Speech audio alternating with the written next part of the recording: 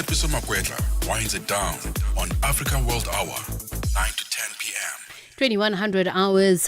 Very good evening to you. A warm welcome to Africa World Hour this Tuesday evening as we bring you the very latest what's happening in and around your world, from the corners of the globe to the heart of Africa. One planet, countless stories, as we bring you the voices, the places, the perspectives and the faces that matter. And it is the African perspective here on Channel Africa. Welcome to it. Please do send us your thoughts on WhatsApp +27 8063 406 9126. Please do let us know what your perspective is on some of the stories that we're carrying. I'm Tsepiso Makwetla. Thanks for joining us. Here's a look at your top stories today.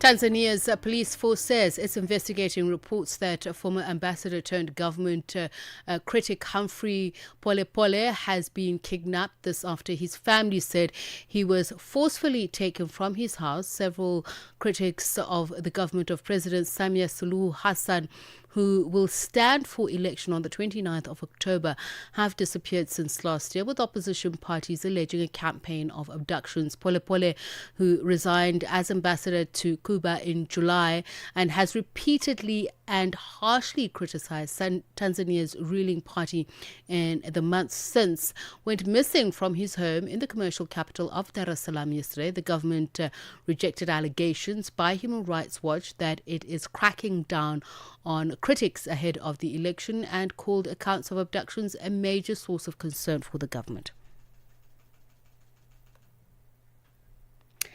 The daughter of South Africa's late President Nelson Mandela, Makaziwe Mandela, says her family is relieved that the Israeli forces have released the flotilla activists.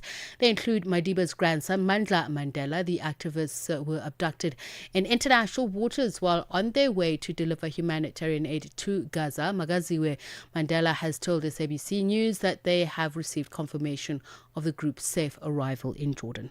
Mandla is a married man, he has children. I think we are all happy that nothing has actually happened to them. You know, on the news it said that Greta was tortured severely. I'm sure others also were tortured, not just Greta, because you can't predict what those Zionists would have done to them. And so we're grateful. And moving on, Greece's Coast Guard have launched a search and rescue operation after a boat sank off the Greek island of Lesbos.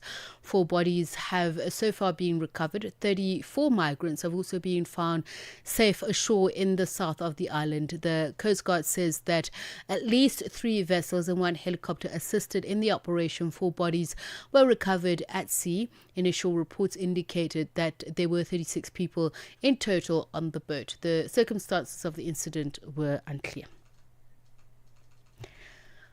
And now the ad hoc committee in South Africa's parliament probing the allegations made by KwaZulu-Natal Police Commissioner Lieutenant General Nhlanhla Mkhwanazi has resumed and is open to the public. Chairperson Mulapi Lekhanyane says the meeting was earlier closed to ensure the statement from Mkhwanazi met the standards of the committee. This morning, the committee first took a break of an hour and then went into a closed-door meeting to discuss the fact that a supplementary statement would be submitted to the committee and not a statement that was different to the one deposed to the Matlanga Commission of Inquiry. The committee was established to assess the wide-ranging allegations of criminal infiltration, corruption and political interference within the criminal justice system made by Mkhwanazi. Mkhwanazi is the committee's first witness today, and tomorrow Lekhanyane apologized to members of the media for closing the meeting without prior notice.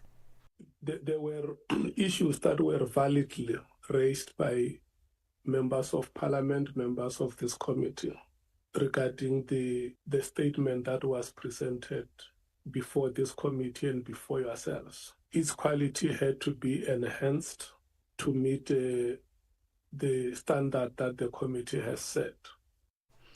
And the African Development Bank says it will lend Nigeria $500 million this year as part of a $1 billion budget support program following economic reforms introduced by President Bola Tinubu. Boda Oyetunde, an executive director of the bank who represents Nigeria and Sao Tome and Principe on the AFDB board, says the loan could be approved before year end. Joey Lohodi has more on this. Oyetunde made this comment on the sidelines of the Nigerian Economic Summit in Abuja. Nigeria has embarked on a bold transformation since Bola Tinubu took office in May 2023. His government has removed fuel subsidies, unified foreign exchange rates, and launched tax reforms aimed at stabilizing public finances and attracting investment. Oyetunde added that the bank is focusing on fiscal and power sector reforms as part of its support program. The chief negotiator for Hamas is reported to be meeting Egyptian and Qatari mediators in Cairo ahead of indirect talks with Israeli negotiators in Sharm el-Sheikh. They're looking to determine a date for the start of a truce. The BBC's Hugo Bachega has the details.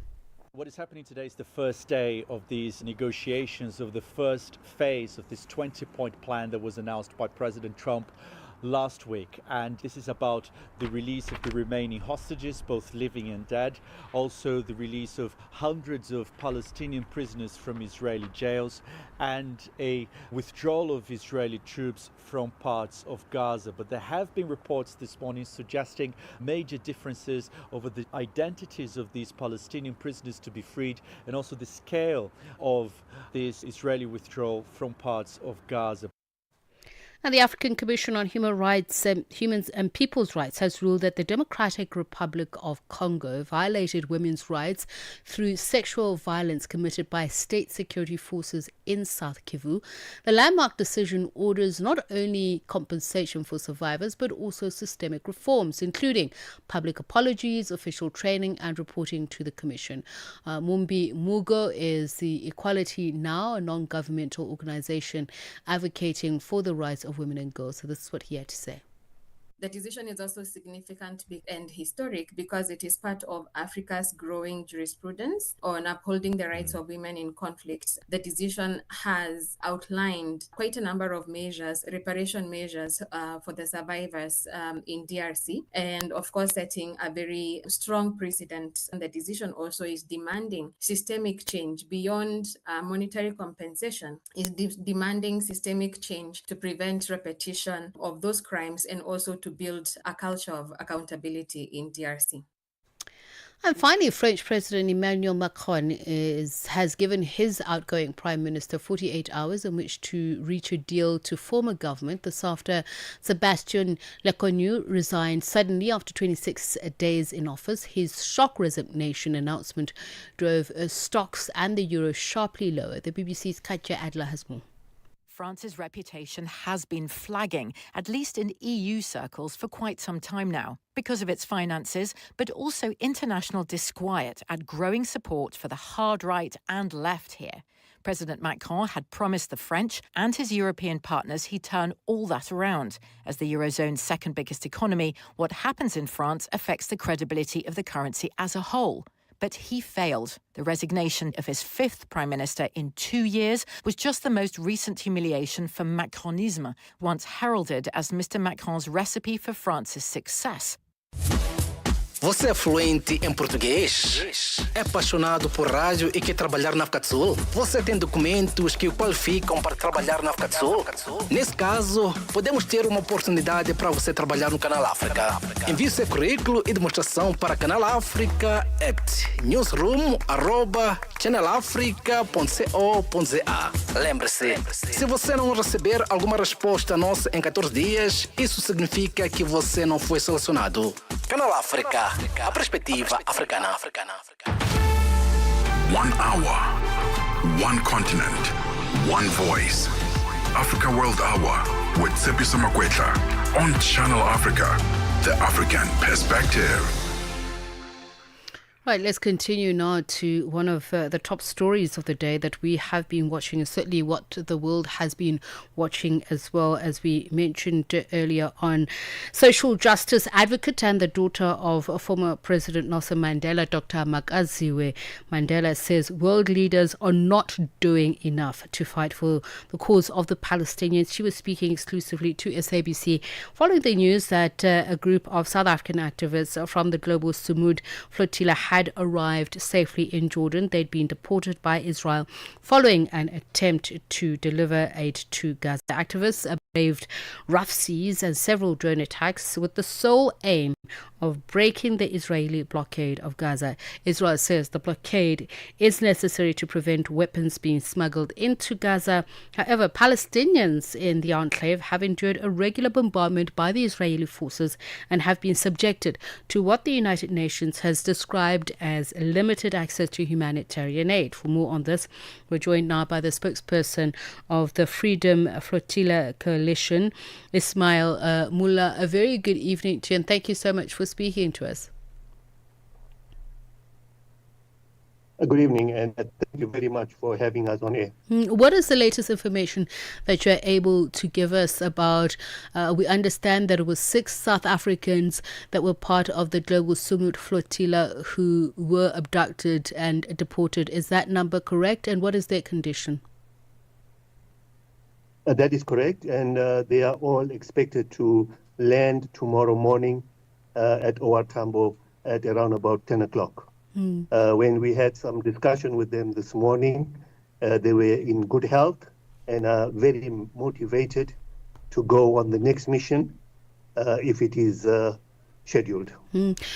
When you say in good health, we've heard reports of alleged torture. We've heard specifically of global activist Greta Thunberg being one of those who has been subjected to that kind of treatment. Has there been any reports from the South African delegation of them facing such treatment?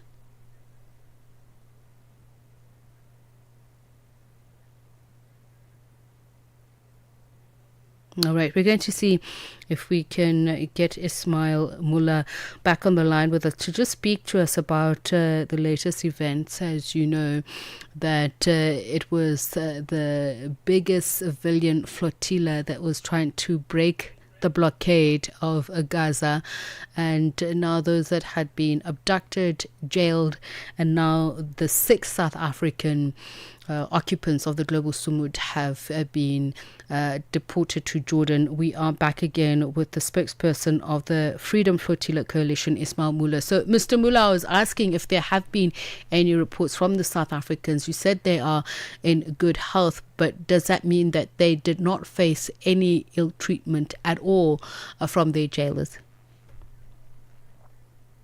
The reality is that, we had a very brief discussion with them. And I think tomorrow when they arrive home, then they will give us a full debriefing in terms of what were their experiences in prison. But for now, when we spoke to them, they mentioned that they were in good health and they were looking forward to the journey coming back home. Can you just tell us a little bit also about the negotiations up until now that have led to Israel releasing them to Jordan? The reality is that we've been doing this now. The Freedom Flotilla Coalition has been doing this for a very, very long time. We started in 2008, and we had subsequent attempts to break the siege.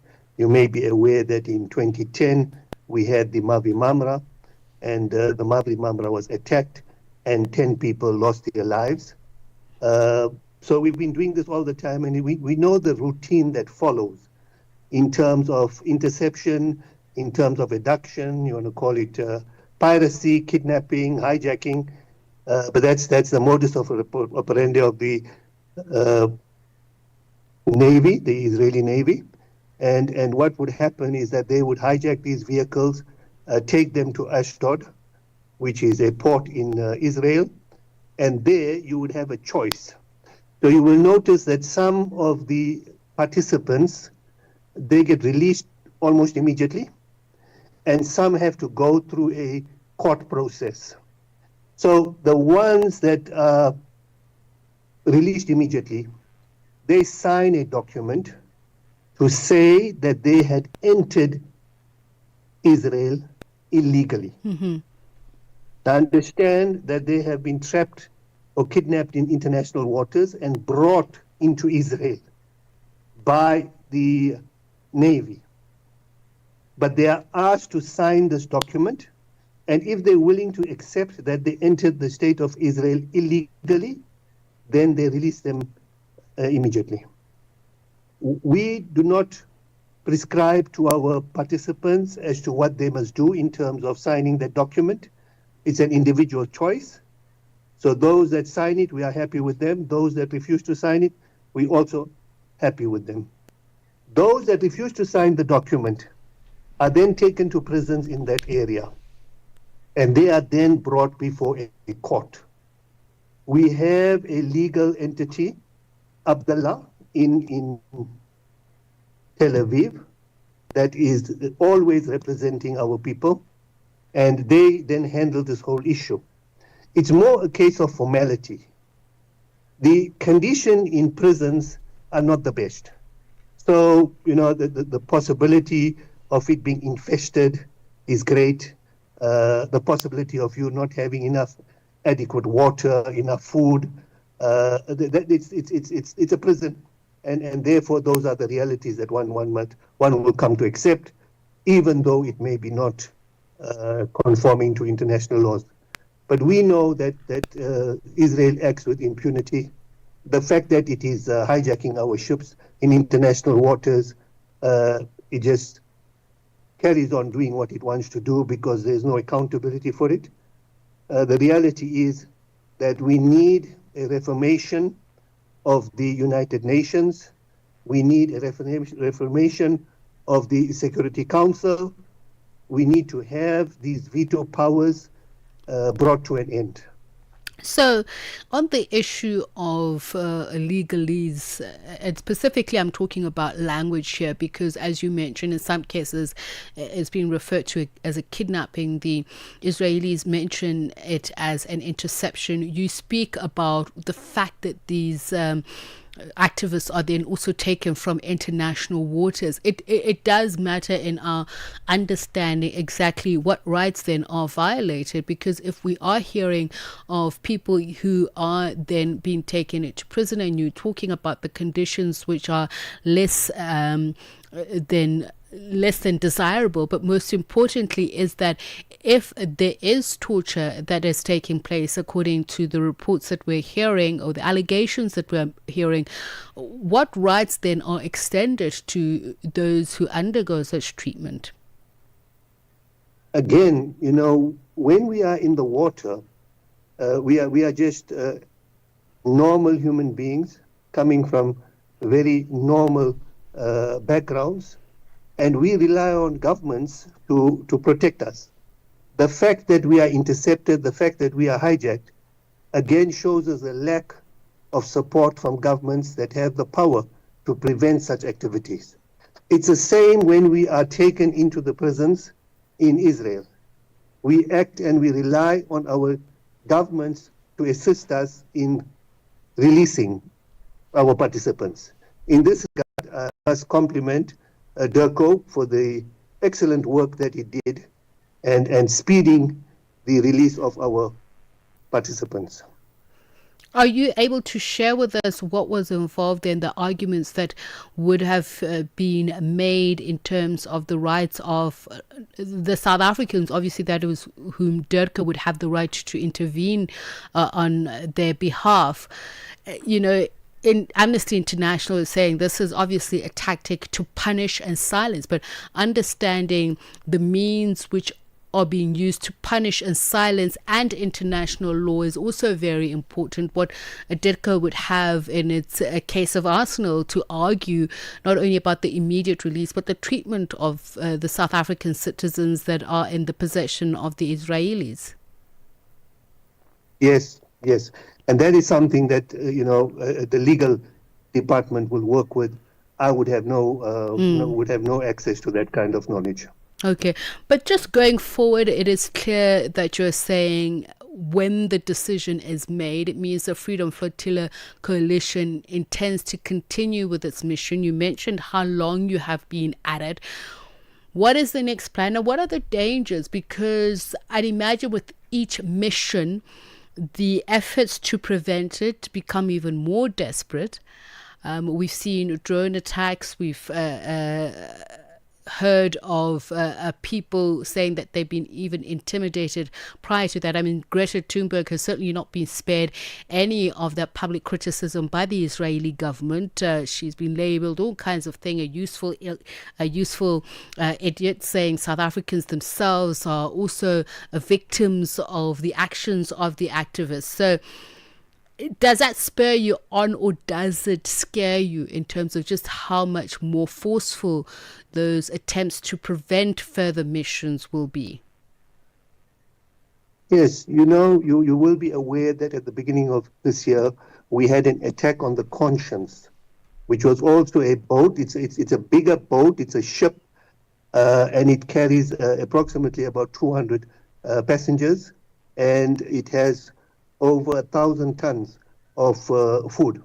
And this boat, our boat, the Conscience, was attacked in Malta, which is 2,000 kilometers away from Tel Aviv.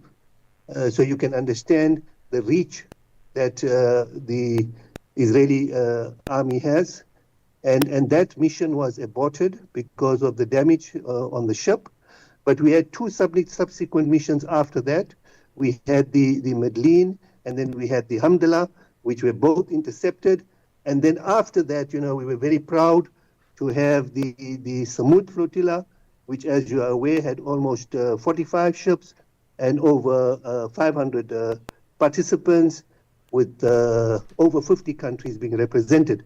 But as we speak now, Conscience, with 8 other ships, are also on their way as being the next wave in an attempt to break the siege, and they are 3 days away before they enter what we would call the red zone. So the red zone is when they come close to about 100 nautical miles of the coast of Gaza. That is when generally we get intercepted. So those ships, at the moment, are on their way. What happens in terms of the people? Yes, Sorry, you can continue.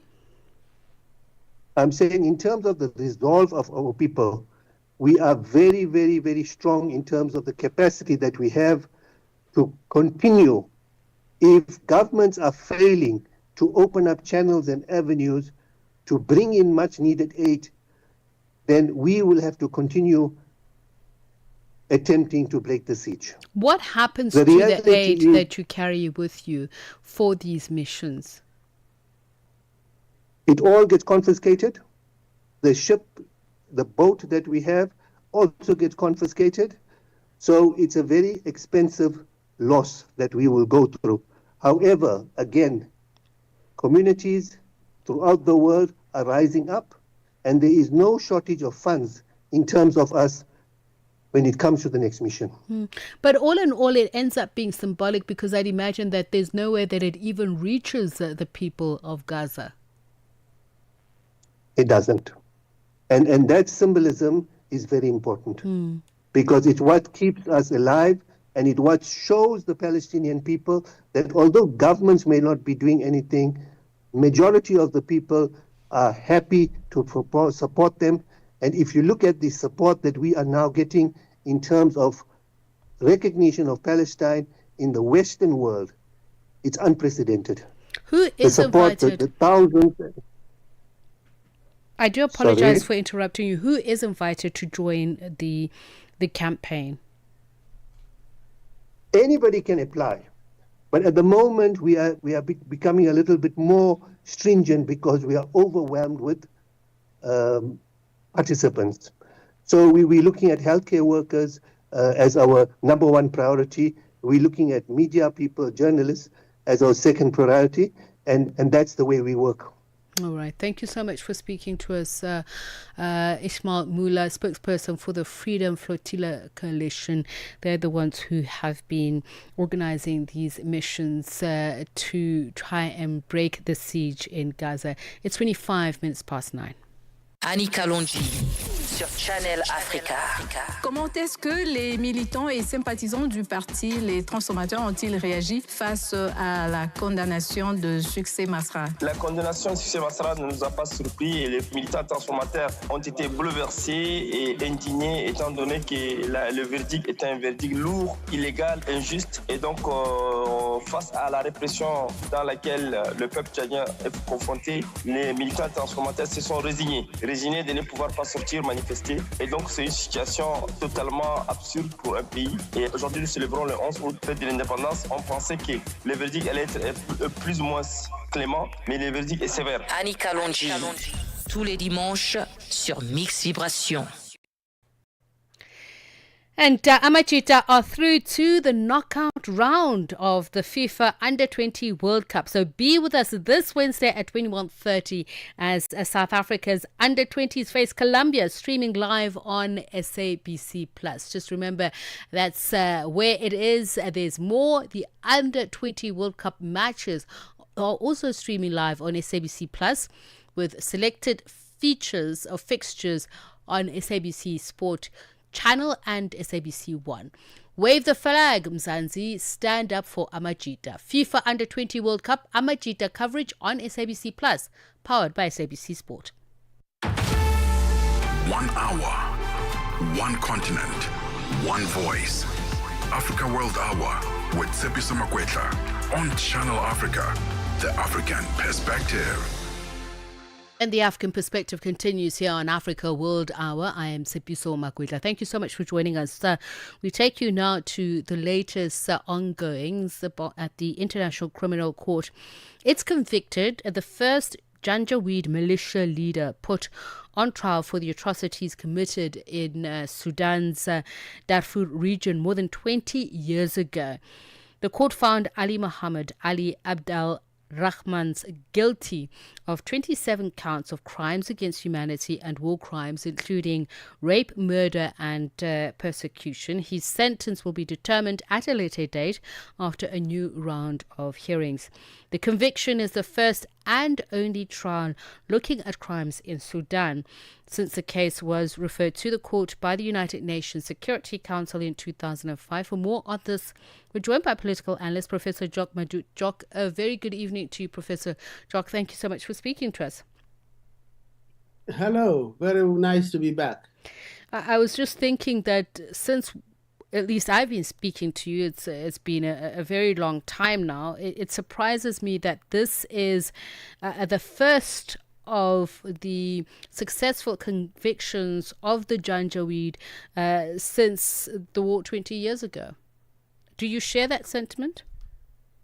Oh, absolutely. The issue with international legal instruments has always been the double bind that those of us who come from troubled parts of the world have always have to reckon with. On the one hand, there is this idea that international legal instruments have to become a deterrent, at least even if they are not punitive in the immediate, that they have to be there with the force and power that is feared by would-be genocidaires or would-be murderers on the one hand. But on the other, there is always this idea that even when such people like Ahmed Kushayb, which is the local name of this leader, Ali Muhammad is locally known as Ahmed al-Kushayb, and that they often, even when they are arrested, they stay in jail. They might even get convicted, but sentencing becomes another issue, and they're staying behind bars instead of being justice to their victims become a process of reliving the horrors that they have inflicted.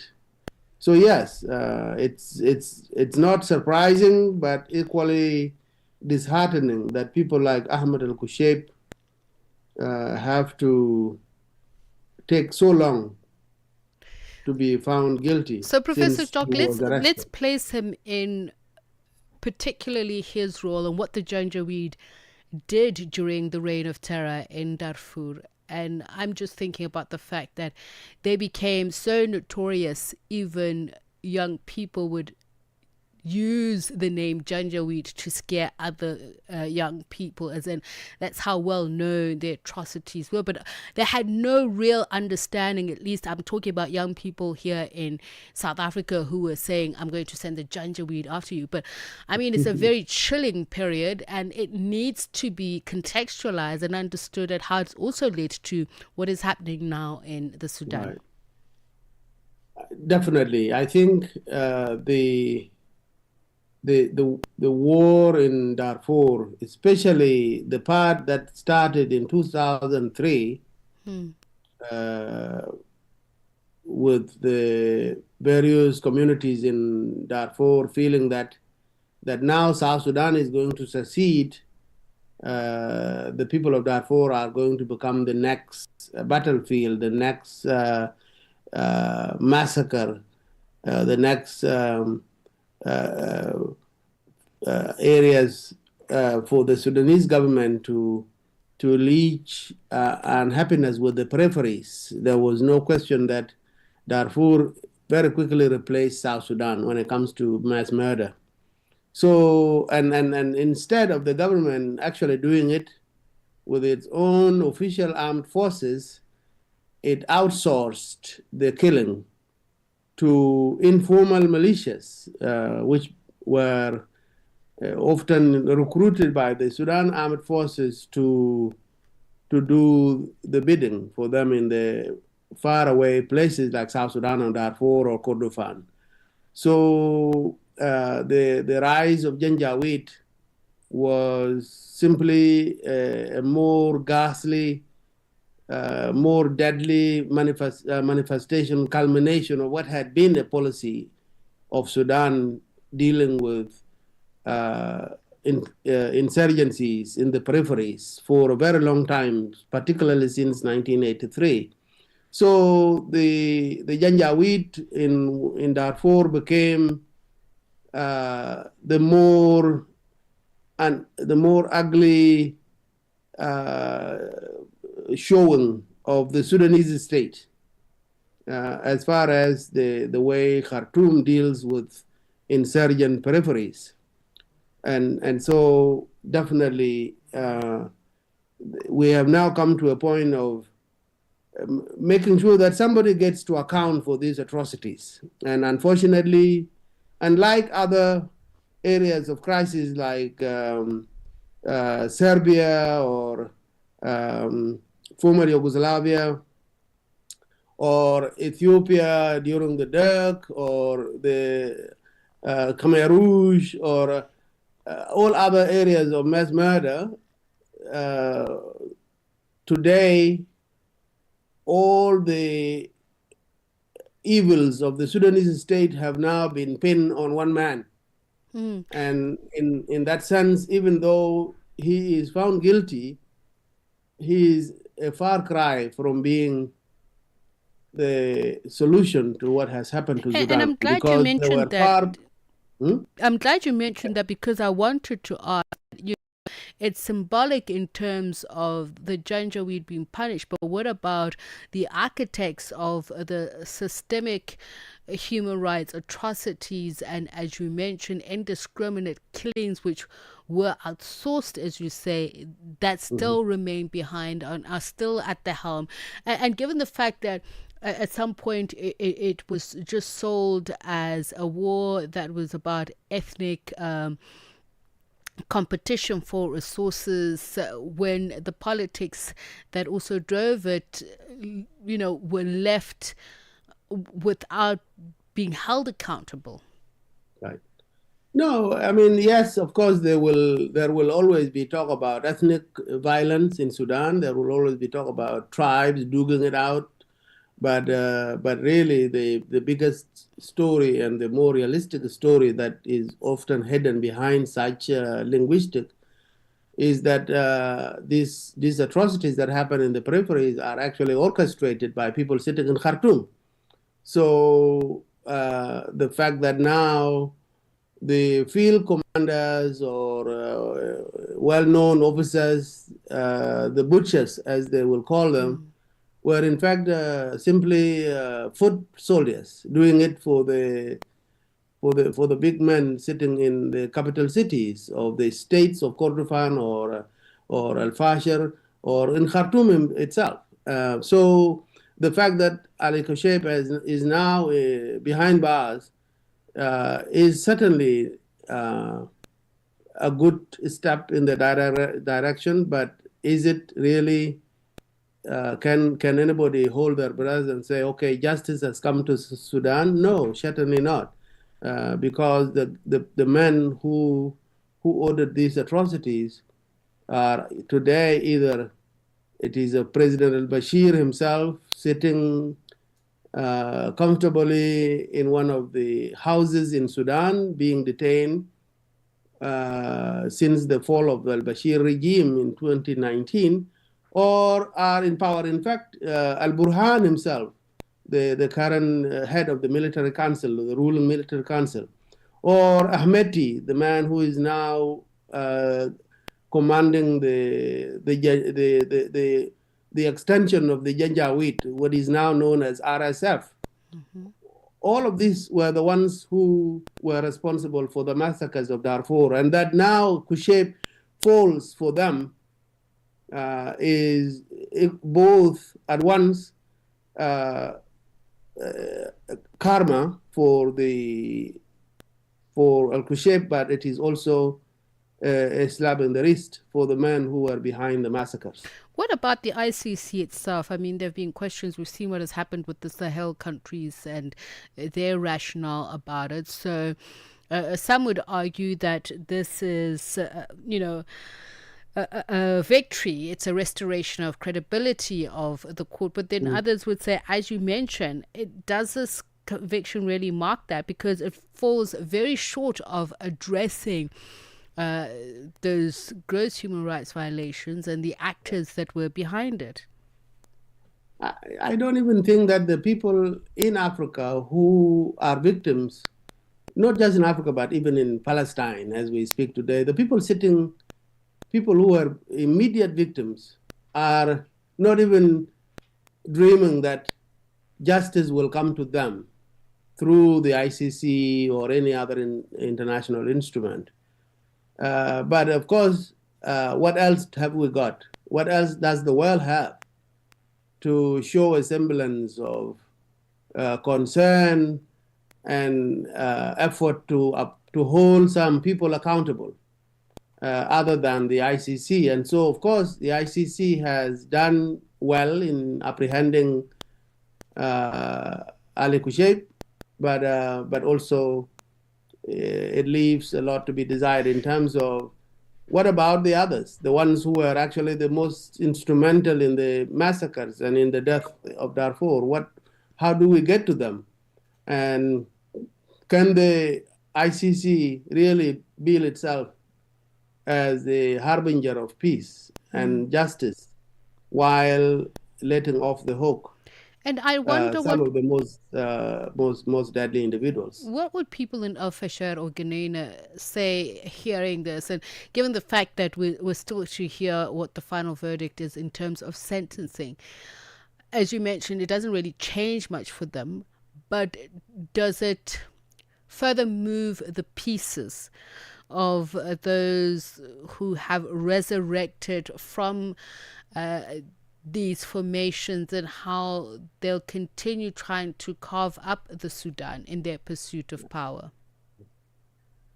Well, the fact is that Sudan is dismantling as a country as we know it. So it will never be the same again in terms of its unity and the Sudanese people feeling like one people.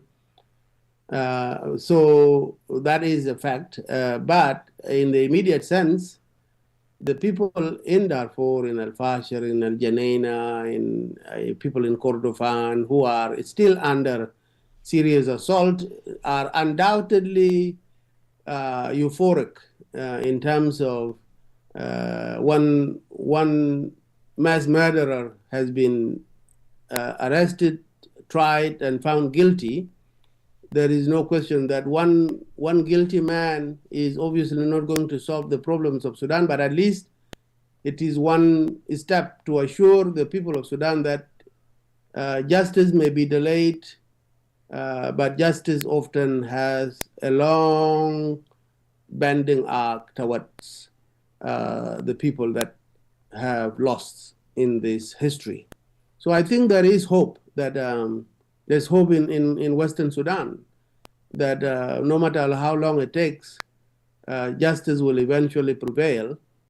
It may not come in the form of each family feeling vindicated, feeling that they have been acknowledged as victims, nor does anyone think that there can be recompense or compensation or immediate redressing of their needs. But in the whole, I think the people of Western Sudan are euphoric about the verdict, the ICC ruling about this one man, but that the people will hope that this is only one step in the pursuit of all the other men who have done so much evil. Very briefly, Professor Jock, will that reverberate to the Central African Republic, and how? Well, that is the idea, that the ICC and its efforts on the African continent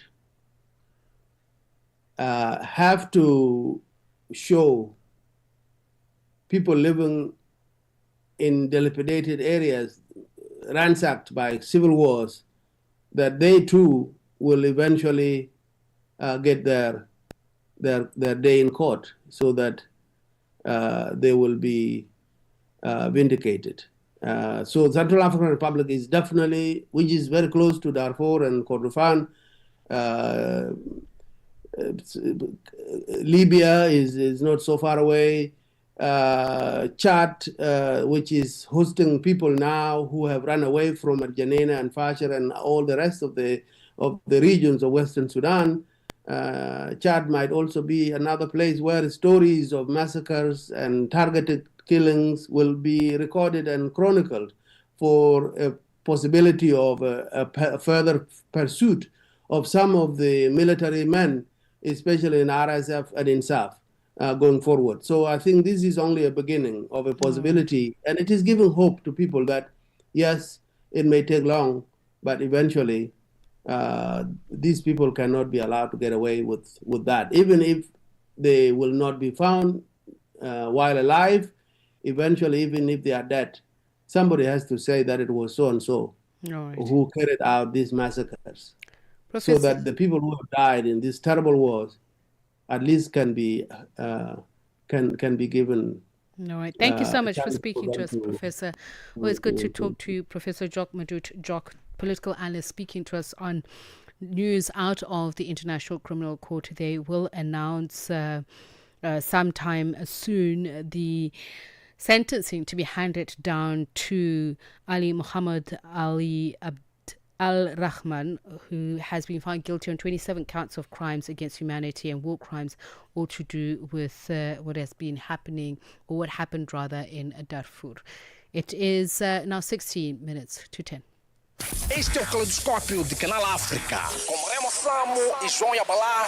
O surto da cólera em Angola tem causado grande preocupação, afetando já mais de metade das províncias do país. Simultaneamente, a Agência dos Estados Unidos para o Desenvolvimento Internacional, USAID, um dos maiores doadores mundiais de assistência humanitária, decidiu não priorizar os países com maior incidência de malária. Para discutirmos as causas do alastramento da cólera em Angola e os impactos dessa decisão da USAID, convidamos o Dr. Jeremias Agostinho, médico e mestre em saúde Saúde Pública para partilhar a sua visão sobre o tema. A doença, nesse momento, representa o maior risco de saúde pública que nós temos. Nos últimos anos, a nossa preocupação esteve sempre centrado com os casos de malária, os casos de tuberculose e também de infecção por VIH-Sida. A forma como, em pouco menos de 2 meses, os casos de cólera vêm aumentando, acaba por representar, nessa altura, um dos maiores desafios que o país tem. É expectável que, nesta fase, o número de casos venha a aumentar. De segunda a sexta-feira, das 20 às 21 horas locais, este é o Caleidoscópio do Canal África. Você é fluente em português? É apaixonado por rádio e quer trabalhar na África do Sul? Você tem documentos que o qualificam para trabalhar na África do Sul? Nesse caso, podemos ter uma oportunidade para você trabalhar no Canal África. Envie seu currículo e demonstração para canalafrica@newsroom@channelafrica.co.za. Lembre-se, se você não receber alguma resposta nossa em 14 dias, isso significa que você não foi selecionado. Canal África, a perspectiva africana. At the forefront, the most pressing issues on Africa World Hour with Tsepiso Makwetla. Channel Africa. And just a quick reminder about the Samajita through to the knockout round of the FIFA Under-20 World Cup. Be with us this Wednesday at 21:30 as South Africa's Under-20s face Colombia, streaming live on SABC+. And there's more, the other Under-20 World Cup matches streaming live on SABC+, with selected fixtures on SABC Sport, Channel and SABC One. South Africans wave the flag. Mzansi stand up for Amajita. FIFA Under-20 World Cup Amajita coverage on SABC+, powered by SABC Sport. At the forefront, the most pressing issues on Africa World Hour with Tsepiso Makwetla. Channel Africa. And Kenya is taking decisive steps to strengthen its public finances and promote sustainable growth. President William Ruto has announced the establishment of a sovereign wealth fund and an infrastructure fund, both aimed at channeling investments into strategic sectors of the economy. The move comes as the East African nation seeks to reduce its reliance on borrowing following years of heavy infrastructure spending that left the country with one of the continent's highest debt repayments to revenue ratios. Our economics reporter Innocent Smosa has more. Kenya has struggled with high debt repayments in recent years. The question is, how realistic is President Ruto's plan to fund key sectors through the sovereign wealth and infrastructure funds without falling back into heavy borrowing? Economist Patrick Mwinde weighs in. I would like to say, one, it's not entirely a new concept. There has been a bill in Parliament that has sought to establish the Sovereign Wealth Fund with 3 components. One component to focus on stabilization, another component to focus on infrastructure, and the third component to focus on preserving part of Kenya's wealth for future generations.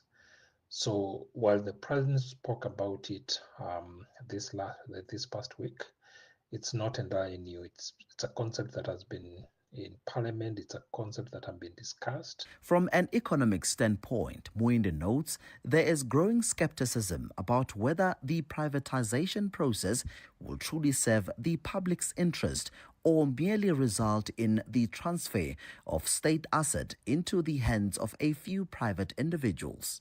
Now, in the current environment, there's a lot of suspicion around that because we have seen cases where big infrastructure projects have been offered through controversial public-private partnerships, or where we are seeing voluntary investors coming in big time and trying to get control on key infrastructure developments. So right now, there is nobody who is opposed per se to privatization because the Kenyan economic model is more capitalistic. So there's no problem with the government privatizing its state corporations. I think the question that Kenyans are asking is about transparency and also looking at some of the state agencies that have been targeted for privatization. Meanwhile, economist Martin Adati believes that this is a step in the right direction. The issue of having a sovereign wealth fund, it can help Kenya manage its natural resources, reduce dependence on debt. However, it requires careful management as well as structured framework to ensure that there is transparency and accountability. Infrastructure funding.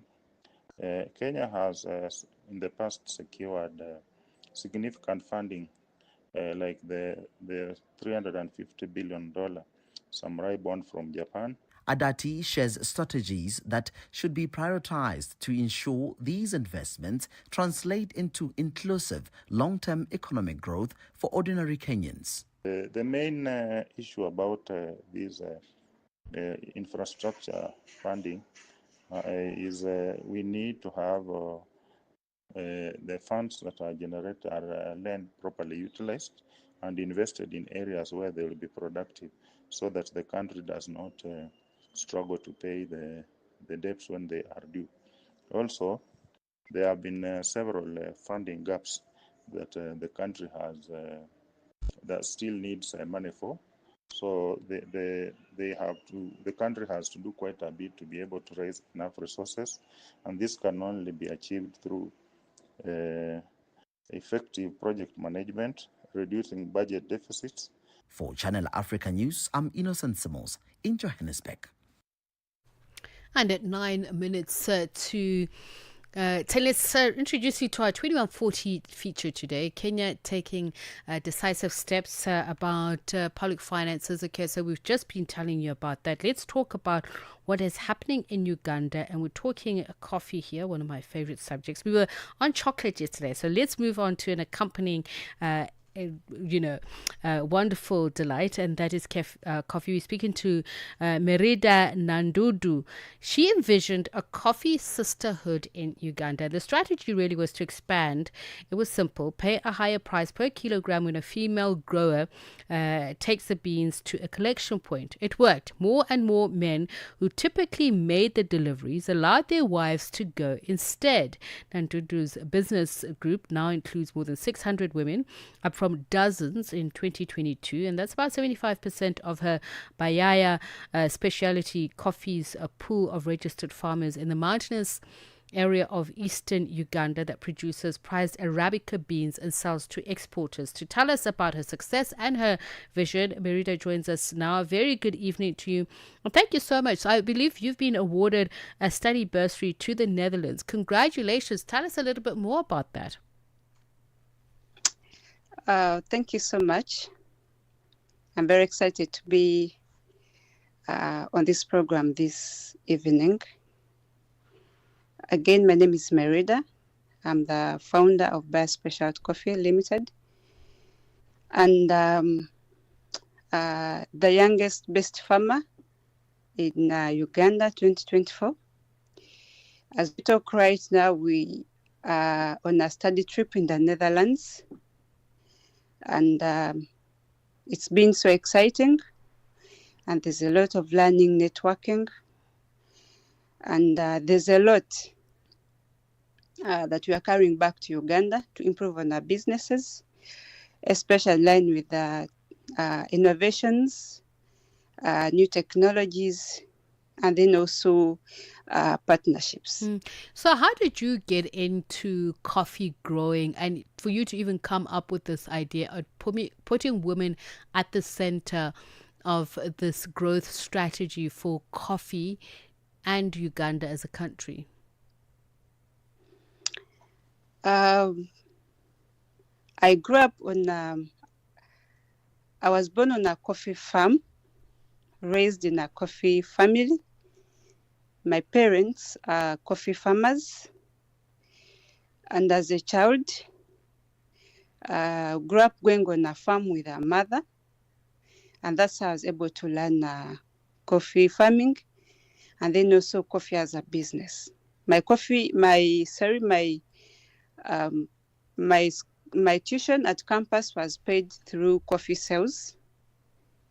And after campus is when I got back to my community, having witnessed the gender-based violence issues, and then also domestic violence within the neighborhood. within some of the closest relatives. I thought it as a way of changing the life of a woman in the community. And I saw coffee as a tool, as an opportunity that we could use to fight gender-based violence and high poverty levels in our communities. As we all know, in the coffee value chain, women contribute 75% of the labor in the coffee production process. But at the end of the day, it is the woman that suffers the most. Our fathers come at a point when the coffee is ready for selling, and that's when they come and pick the coffee, go and sell it. And some of them come back home literally after 2 weeks when they have spent the money drinking with other women. And so they come back home after 2 weeks, there's nothing, there's no accountability. So Merida, I'm curious, given the picture that you've painted, how then were you able to say to men that pay a higher price per kilogram when a female grower takes it to the collection point? How were you able to convince them that this was something that was not only going to add value but grow the industry and actually put more money back into their pockets? Okay. How we started the strategy of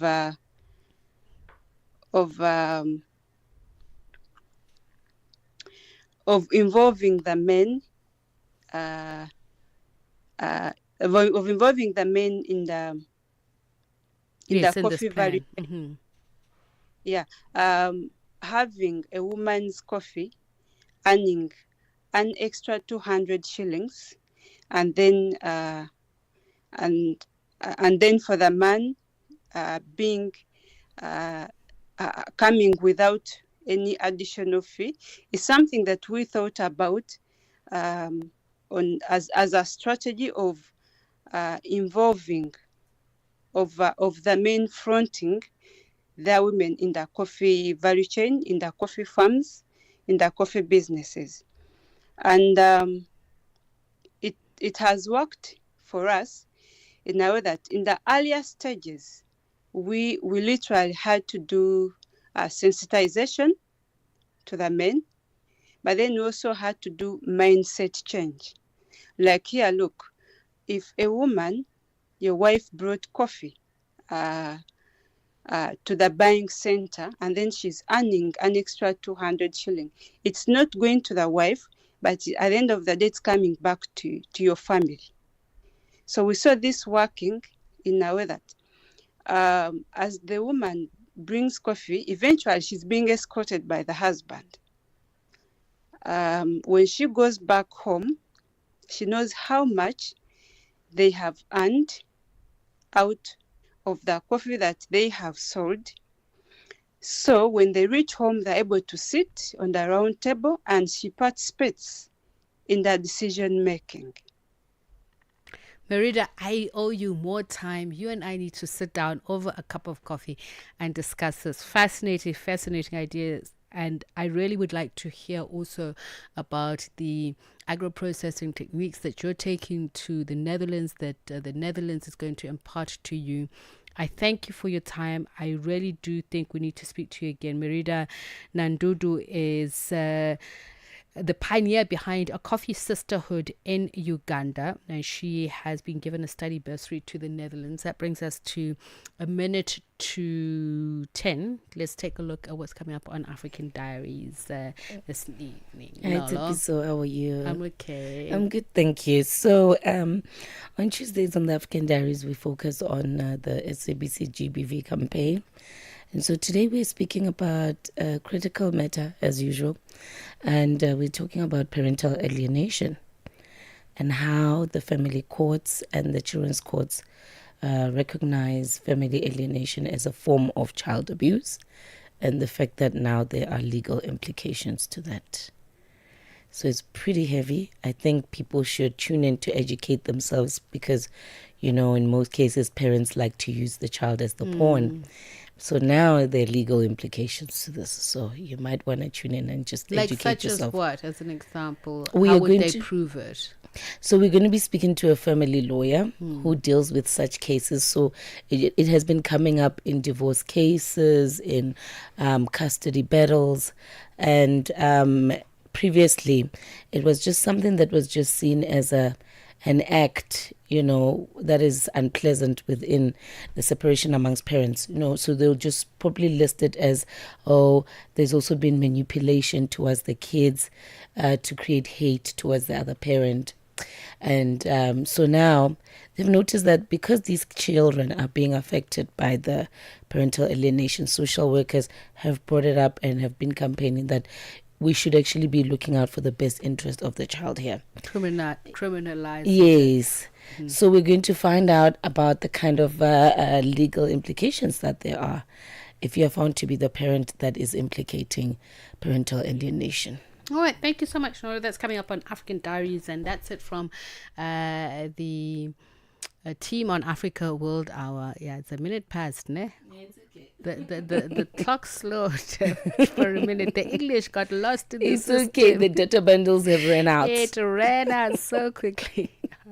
From us, says good night. Thanks for listening.